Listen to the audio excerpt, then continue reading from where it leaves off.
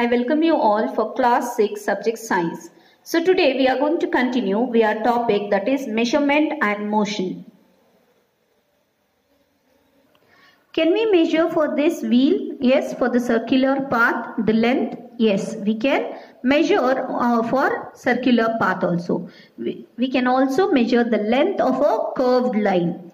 For example, if you wanted to place a ribbon around your hat, okay, around your hat, you can see the hat in your figure. Yes, you would first need to find the length of the circular line. How much you have to take the ribbon, yes or no, of the around the hat. Here he is placing one ribbon. So for that, first we have to measure this circular line, marking from A, it will go till B. Again you have to take the round full, okay, till A it should come back. Then you have to take this ribbon and keep it on the scale. Okay, the next step what you have to do, take out this ribbon, keep it on a scale and measure the meters. Like that you can measure and then you can buy the ribbon for that. Now, can you measure the tomatoes or sugar in the lengthwise? Can we keep the sugar particle in a length and measure that? No. Can we keep the tomatoes and keep on measuring and sell? No. Can we measure anything like flour or wheat? No, we cannot measure. For that, we have the different standard unit. It is known as kilograms. Okay, that is, we are measuring the mass of it. We are measuring the mass or the weight of that tomato or rice, right? So for that, the standard unit is kilograms. Now, each kilogram is further divided into 100 equal divisions known as grams. Where the kilograms is measured, kilograms are measured to take tomatoes, potatoes, right? Even the rice, wheat and all in the shopkeeper, with the shopkeeper we have seen already. So what is this? That is nothing but the kilogram. If coming to the smaller quantity, now same thing, if we are taking into small quantity, it is known as gram. What it is known as? Gram. So what is a gram? Gram is nothing but the, from kilograms they have divided into 100 equal division. That is known as gram. So, where is the gram actually used? In the measurement of gold. Yes or no? You have heard the gold. 1 gram of gold is around 4,500, something like that for the smaller unit. Even the milligrams, the small quantities of gold. Gold is so precious that they cannot put, like tomato will put, no. 1 tomato extra, 2 tomato grams, okay. But can we put the gold like that? No, gold is very precious. They have to measure each and every quantity. Now, each gram has 1000 equal divisions called the milligrams. Okay. So, what the gram is divided further into milligrams. That is mg. So, how are we going to keep the measurement exactly? Means 1000 milligrams makes 1 gram. Okay. 1000 milligrams make 1 grams. Similarly, 1000 grams makes 1 kilogram. Which is the bigger now? Bigger is kilogram. Below that it is grams, smaller is milligrams. Clear? Now here, if it is greater than kilograms, means if it is 100 kilogram is over, then what we say? We say it as quintal. Where is this quintal measured? Quintal is our measure in, once they will store for a that is tomatoes in a lorry or that, they will use the measurement quintal. Okay. So 10 quintal, bigger than the quintal is metrion, metric ton. Okay. 10 quintal is equals to 1 metric ton. Similarly, we cannot measure time in length or the mass.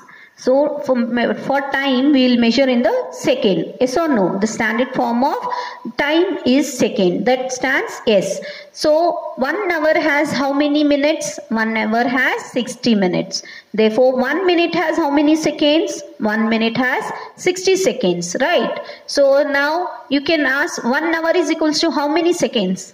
So, what is the answer there? That will become 3600 seconds. 1 hour has 3600 seconds. Even for measuring time, we have the standard unit, that is second. So here we have the standard unit for temperature also. What is the meaning of temperature? The heat or the cold of a body or any object, the hotness or the coldness of any object is known as the temperature of it. So how it is measured? It is measured through the Kelvin. The standard unit of temperature is Kelvin. Can we see, where can we see? We can see in the thermometer. When you get the fever, you can check the thermometer. It will not show the length, that is meters or kilometers or kilograms there. It will show in the Kelvin form. That is the standard unit for temperature. In some instance, it is not necessary to measure the quantity accurately. Accurately means exactly, no need. A rough idea of the measurement may be enough. Now that rough idea is known as approximate idea. What we say? An approximate idea of measurement without using any measuring instrument is known as estimation.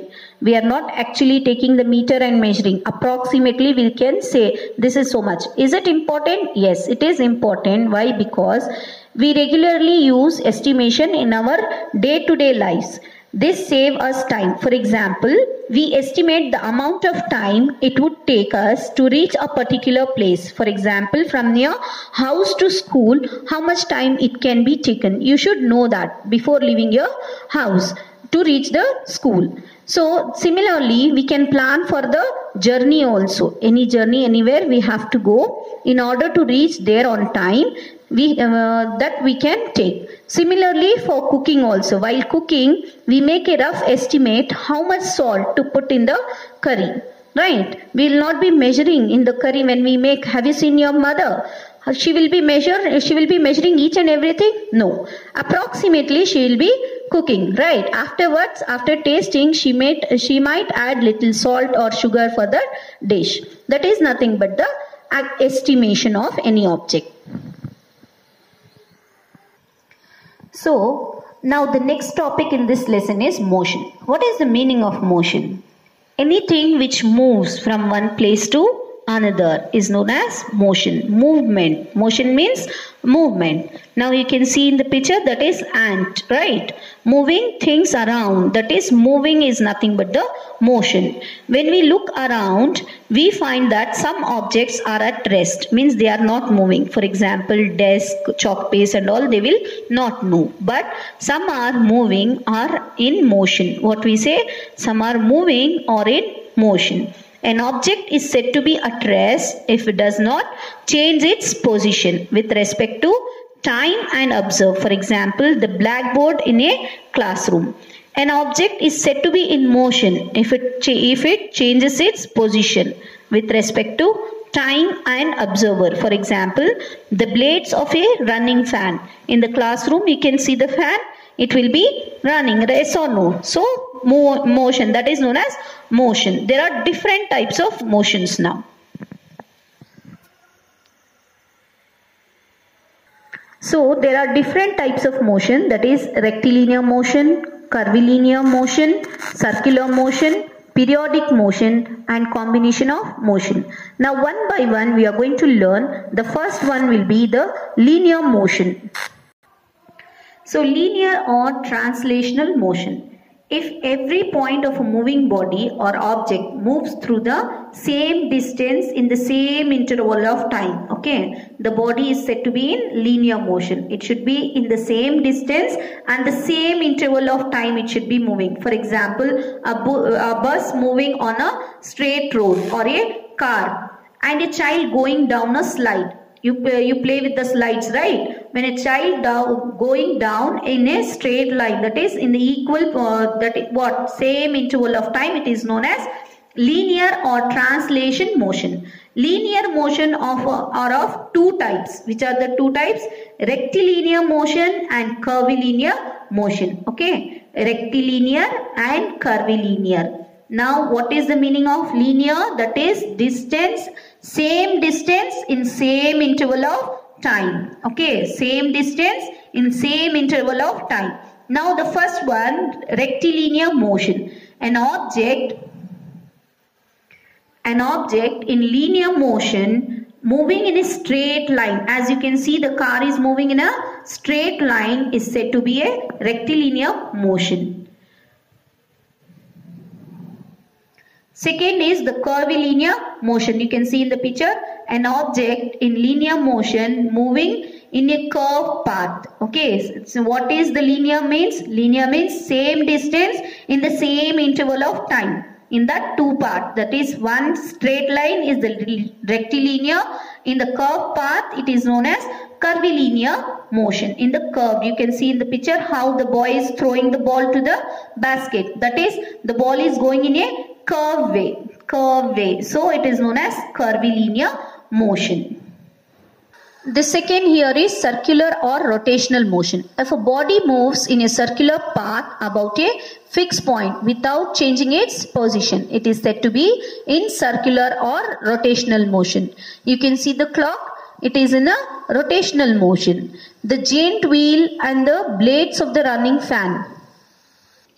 The giant wheel and the blades of the running fan. When an object undergoes circular motion, all its parts do not move the same distance in a given interval of time. It will not be same distance. It can differ.